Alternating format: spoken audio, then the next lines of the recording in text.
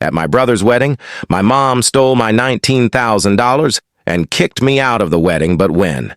It was supposed to be a perfect day, the kind of day you look back on with tears and laughter and say, "We made it."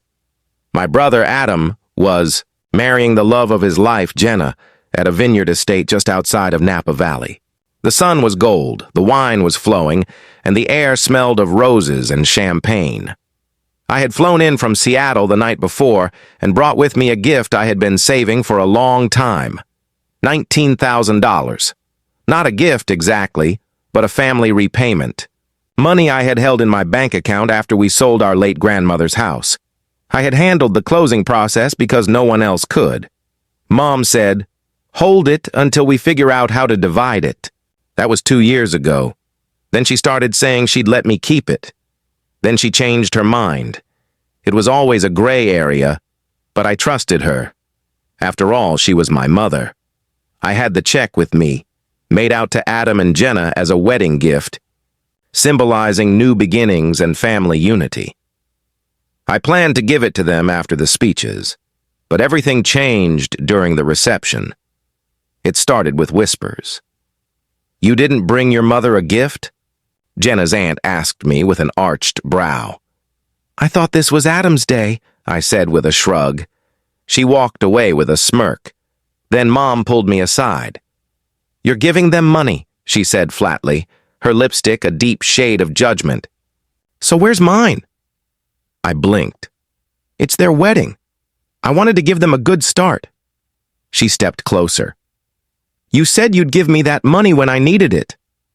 "I said I was holding it until we agreed what to do with it," I replied. "You told me to keep it, then not, then yes. I decided to give it to them." Her face shifted. Tight, cold, eyes scanning me like I was something spoiled. "You're making a mistake," she said. "You owe me." "I don't owe you anything," I said, my voice steady. She walked off. 10 minutes later, Jenna's father, looking uncomfortable, approached me. "I hate to be in the middle of family stuff," he began, "but your mother asked that you leave." I laughed, thinking he was joking. His eyes didn't waver. "She says you're causing stress." Stress? Me. The one who flew in. The one who skipped a week of work. The one who brought the check. "Fine," I said. I turned and walked out of the vineyard, trying to pretend the humiliation wasn't crawling up my neck. When I got back to my hotel, my bag was unzipped. My envelope, the one with the $19,000 check, was gone. I called Mom. "Did you go into my room?" I told the hotel you were having a medical issue and needed help, she replied. "You stole the check." "It was never yours," she snapped.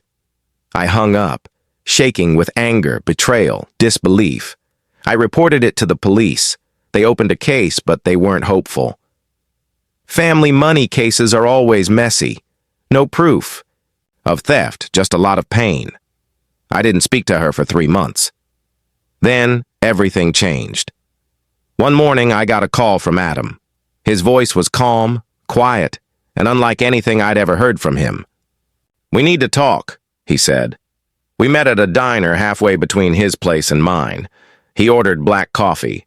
I just stared at my cup. "I found something," he said. "It's about the money." He pulled out an envelope. Inside were copies of messages between Mom and her lawyer. She had tried to use the check as collateral for a loan on a second property she was trying to buy without telling anyone. The plan backfired. She lost the loan, and the bank flagged the check as fraudulent because it wasn't issued from her account. "She tried to open a mortgage with your wedding gift," I said, nearly whispering. "She used me as a front," Adam said bitterly. "I found out because the bank called me. She used my name." It didn't end there. She had tried to name both of us on the mortgage to raise her approval odds. She'd forged our signatures. Jenna found the paperwork in their shared home office. "I thought you deserved to know," Adam said. "You did everything right." He and Jenna canceled their honeymoon and filed a restraining order. The family splintered. Some called me selfish for not letting it go. Others said I was brave. I didn't feel brave. I felt empty. For weeks, I didn't know what to do with the truth. Until I did. I contacted a lawyer. I filed a civil claim. I sued her, not just for the $19,000, but for emotional distress and forgery. She tried to deny everything, but the paper trail was too strong. The bank confirmed she had submitted forged documents. The judge ruled in my favor. She lost everything. The second property was seized, her credit collapsed, and she had to pay restitution. The news spread fast. Family members who had turned away started calling, offering apologies, trying to patch things up. I didn't respond. Some wounds don't. Need healing. They need space.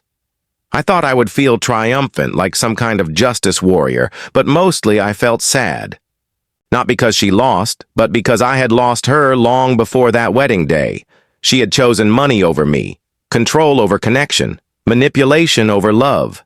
In the end, I took the $19,000 and donated most of it to a foundation that supports victims of family financial abuse. I kept enough to pay my lawyer and cover the court costs. That felt right. And yet, that wasn't the end.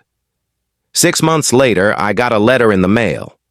No return address, just my name in familiar handwriting. Inside was a note. You were never supposed to take it public. But I see now, maybe I needed the world to see what I became. I'm sorry.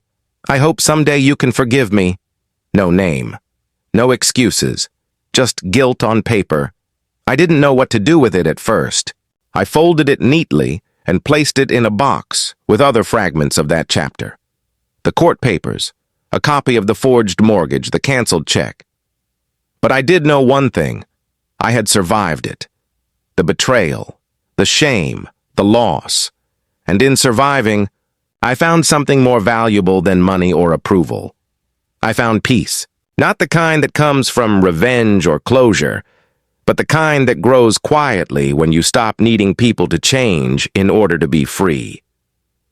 That vineyard day ended in silence and pain. But this day, in my quiet apartment, with the sun pouring, through the window and no drama in sight, I felt something far better than revenge. I felt done, and that, more than anything, was worth it.